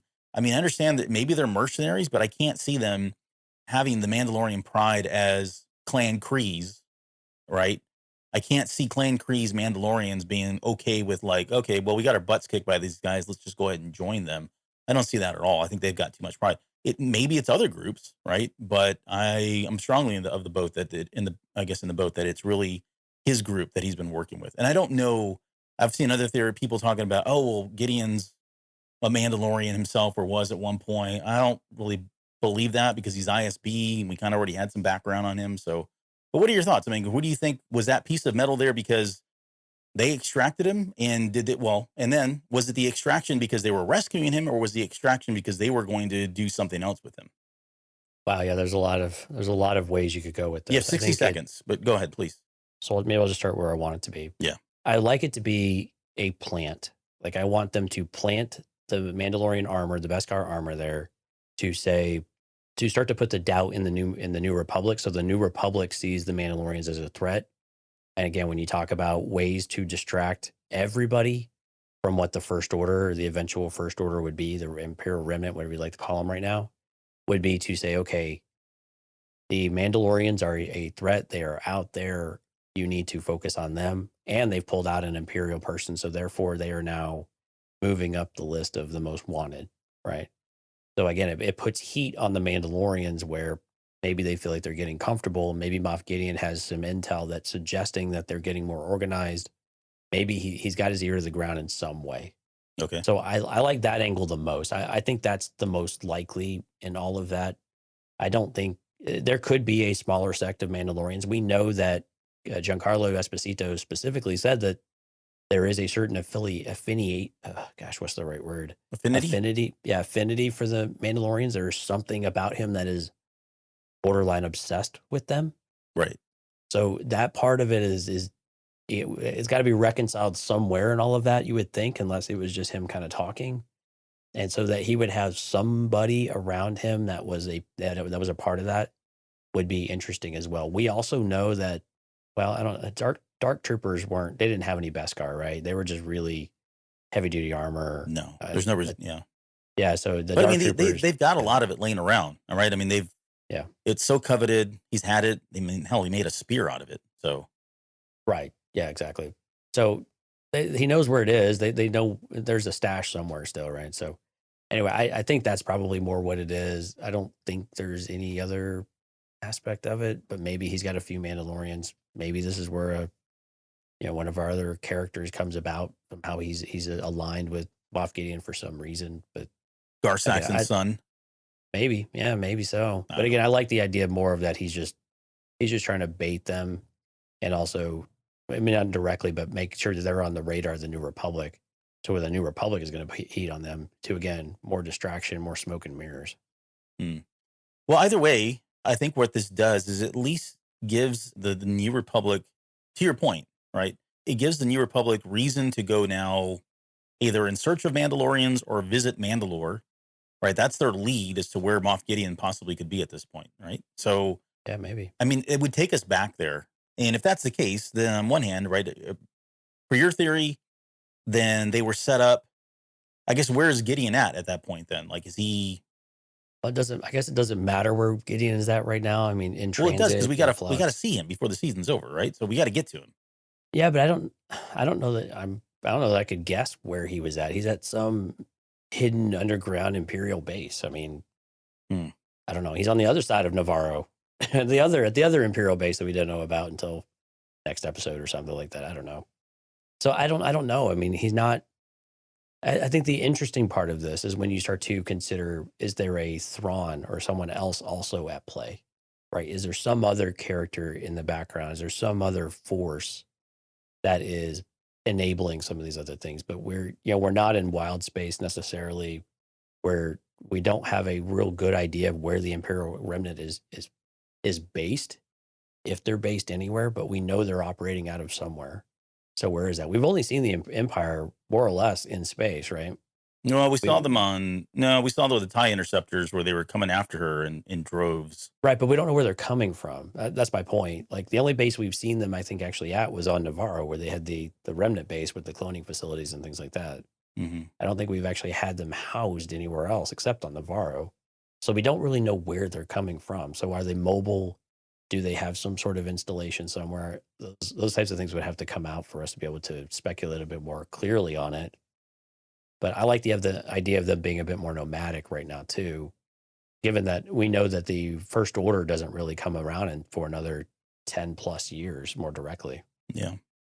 Well, I think either way, the Gideon, wherever Gideon's at, is going to be where we find Mando and Bo-Katan and all of these folks. Again, it could just be Oh, that sure. we have that confrontation, and that's it. And the retaking of Mandalore is going to happen in season 4, or again, they could expedite this. We could they could find Gideon. I have a feeling he's going to pop up in the next episode. By the way, the next episode is directed by Bryce Dallas Howard. Yeah. So I'm pretty excited about that just because of the name alone. She's done a really good job with all of the episodes that she's directed. Let me ask you a more pointed question. Sorry to interrupt you. So do you think that the Empire is actually, because you've kind of beat around this bush before, do you think the Empire actually has an installation on Mandalore? Well, that's been That's my your theory, I theory? think, since the beginning. Okay. I just want to make sure that was a bit more clear for this episode. Yeah.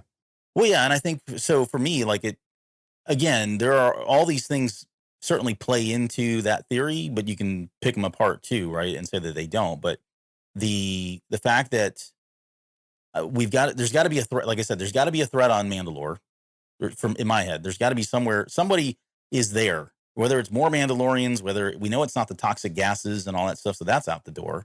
So what is it that's preventing them from taking other than just bringing the Mandalorians together and finally getting together? That doesn't seem very exciting to me, right? So assuming there's a threat there on Mandalore that they have to overtake, who is that threat? For me, unless they're keeping something that we're not aware of at this point, it would have to be an Imperial presence of some sort. Maybe it's somebody like Gideon. That aligns with the fact that, he's got some group of Mandalorians that he's working with that are loyal to. They could be carryovers from the Gar Saxon group as well. That would be a reason for the extraction.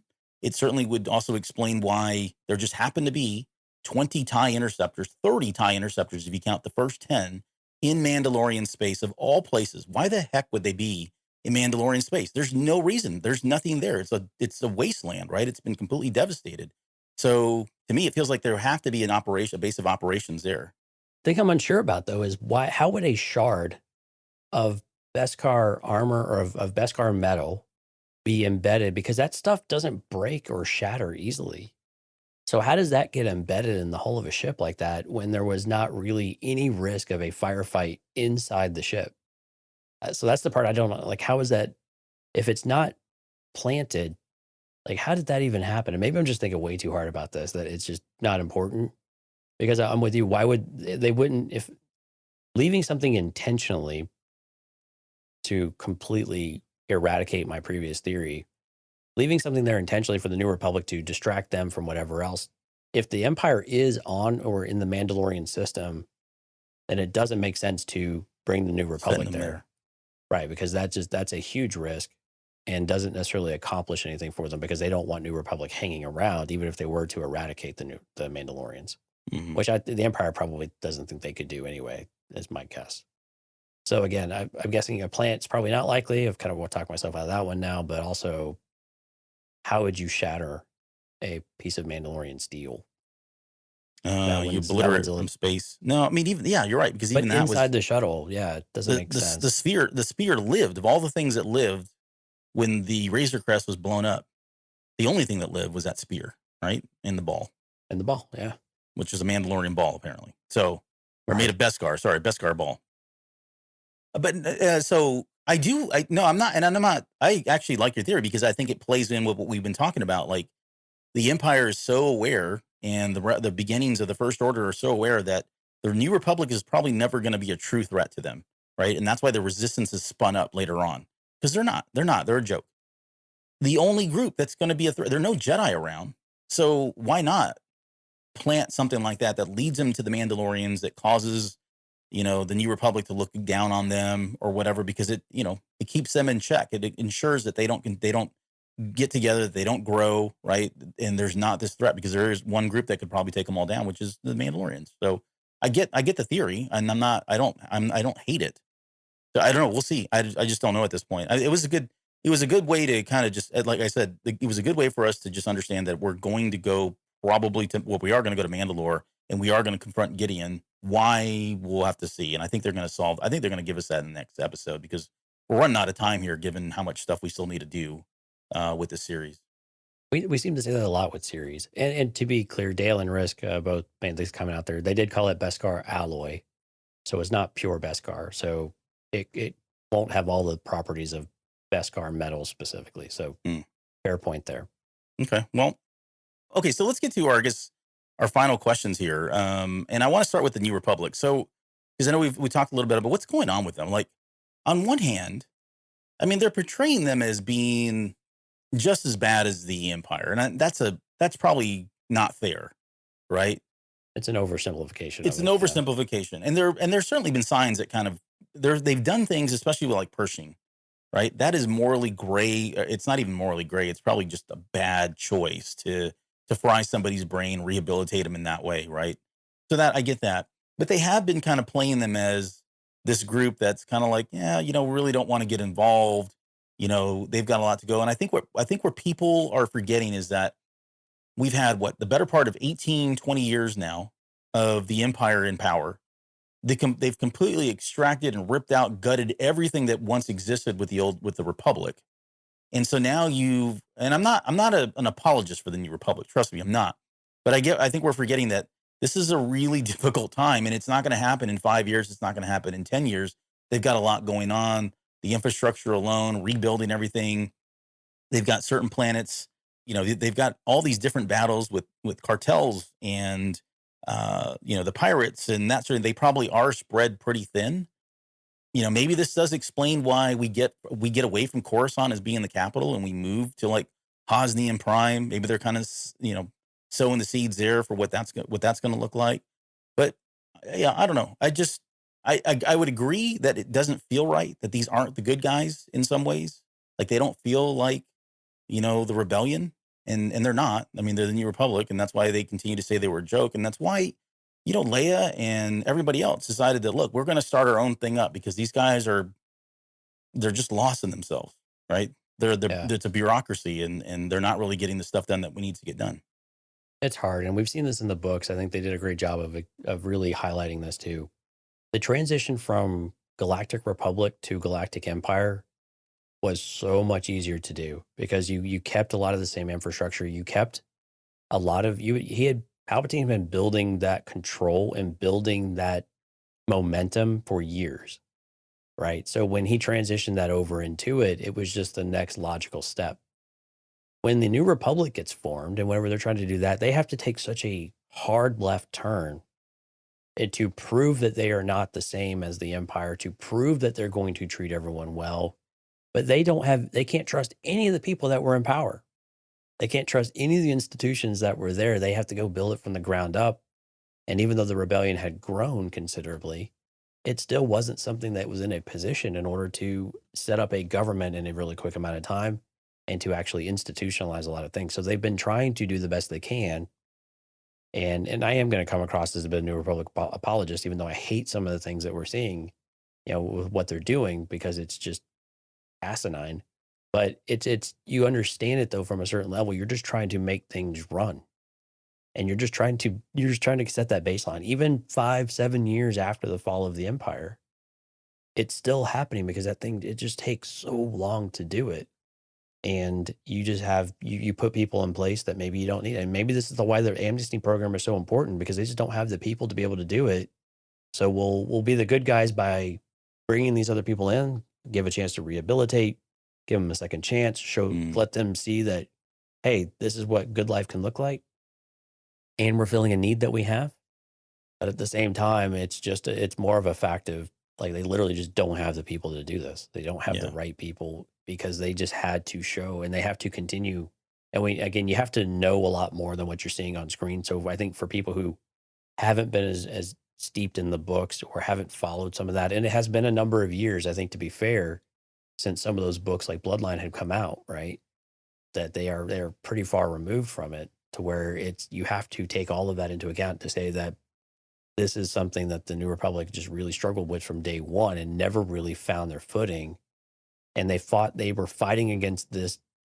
They wanted to not be viewed as becoming another empire, and they felt like they had to eliminate the military. They had to make themselves weak in so many different ways, in one way at least, in order to show that they were better and that they weren't just the next big threat to take over and institutionalize everything in a more negative way, from what the empire had, and to show Yeah. that they were better. They had to continually try to prove themselves to everyone. So it's just not working the way they want. But they also like, well, it's better than what we had, right? And that type of thing. But Right. Yeah. but really, it's complete garbage with what's going on. But people are people. I think we always have to remember that people are people. You have some people that are way better at certain things than they are others, and some are put in positions they just shouldn't be in. Doesn't mean they're bad people, but they're in bad positions for who they are.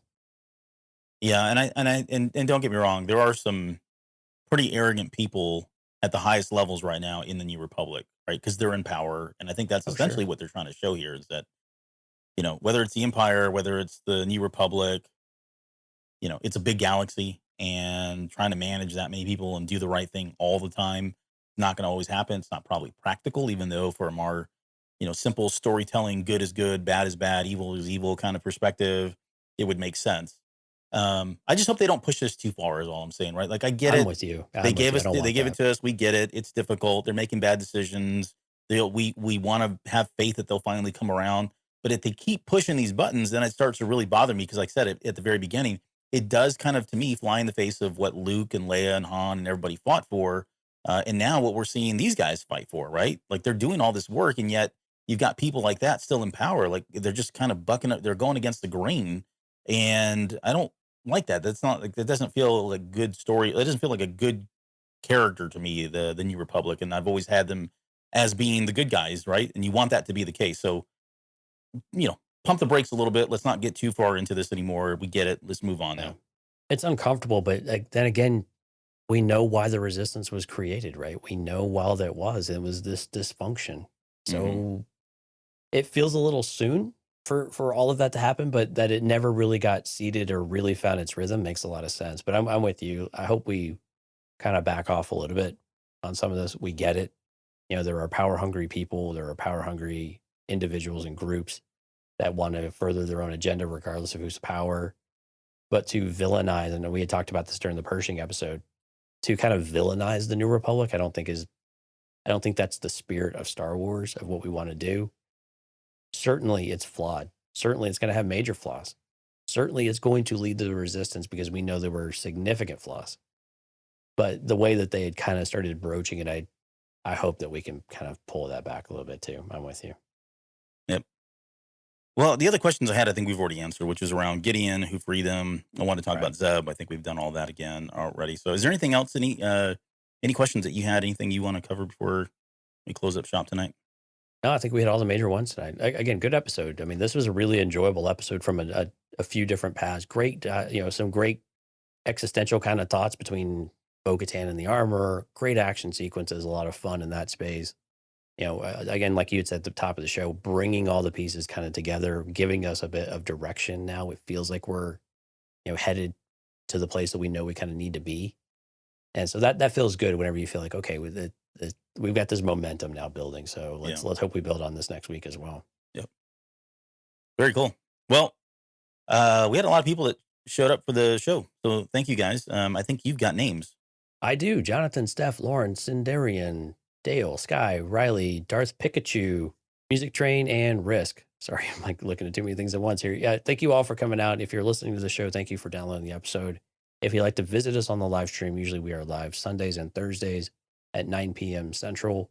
CantinaCast.com/YouTube is where you can find all the details. You can hit the subscribe button and the notification bell, and you'll be notified about half an hour before we go live on air. And we would love to have you guys join us on Sunday, which is going to be what, Albert? Because I'm not talking about it. We're going to talk about the final 2 episodes of The Bad Batch and possibly the final 2 episodes of one of our beloved characters. hate to do spoilers, but it's been more than 24 hours now. So yeah, it's going to be a discussion. Say it. He's not dead. I think he's dead. I don't care what you think. I think you're wrong. We'll probably spend a good hour at least talking about whether a particular person may or may not be dead. But yeah, it was a good episode, and honestly, there's quite a bit to talk about. Really good storytelling. I hate the fact that we had to wait so long for. I mean, arguably the last 4 or 5 episodes were just pure gold, right? And much of the other season did feel forgettable in some ways, except for the Crosshair episodes. But I mean, like you said, and we said, if they end on a really high note, emotional note, then it'll probably be all worth it. And I think that was the case. So I think we're guaranteed for a season 3. But oh yeah, absolutely. And they definitely hit. I mean, they nailed the ending. I mean, they nailed these 2 episodes were really good. Just to give a little preview, they were really good. I hate Sid. I mean, I saw somebody. She did exactly what we knew that she would do, right? So it wasn't necessarily a surprise. Difficult to see remorse, but it just really gets under your skin a little bit. Why she felt like she had to do that, and so I just it was really disappointing. But no, really good episodes. I'm really looking forward to talking to it. It was emotional, a lot of great things. Part of it, if you didn't shed a tear, you're not human. I'm sorry, you're just heartless. Yeah, cold, heartless. Never trust a Trandoshan. Like there's never been a good Trandoshan. Oh wait, no, Skier. Well, he had his moments where he was doing some pretty questionable stuff. That's true too. Skier had some questionable moments as well. That's fair. But he's the light, at least, that we have. And even if you go back to the expanded universe with New Jedi Order, some of those Trandoshans, Jedis, had moments. Jerk moments, yep. But again, that's a character for you. But anyway, looking forward to Sunday. It's going to be a really great show. It's probably going to be 17 hours long, so strap in. Make sure you're well rested. Don't watch too much basketball this weekend, so you're prepared for it. Yeah. Awesome.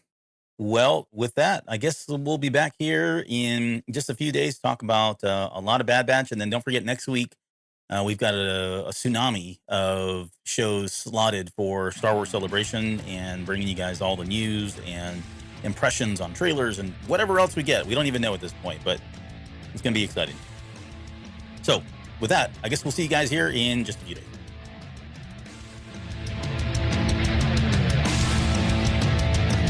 You're still listening? Wow, that's amazing. Well, I'm here to give you the disclaimer.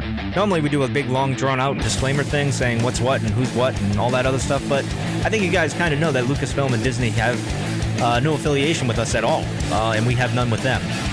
We talk about Star Wars, which is their property and all that other good, fun stuff, but I think you can tell which is our stuff and which is their stuff. If you can't, well, then send a lawyer to send an email to me, and I'll be glad to chat with them. Other than that, you know what's what, so that's your disclaimer.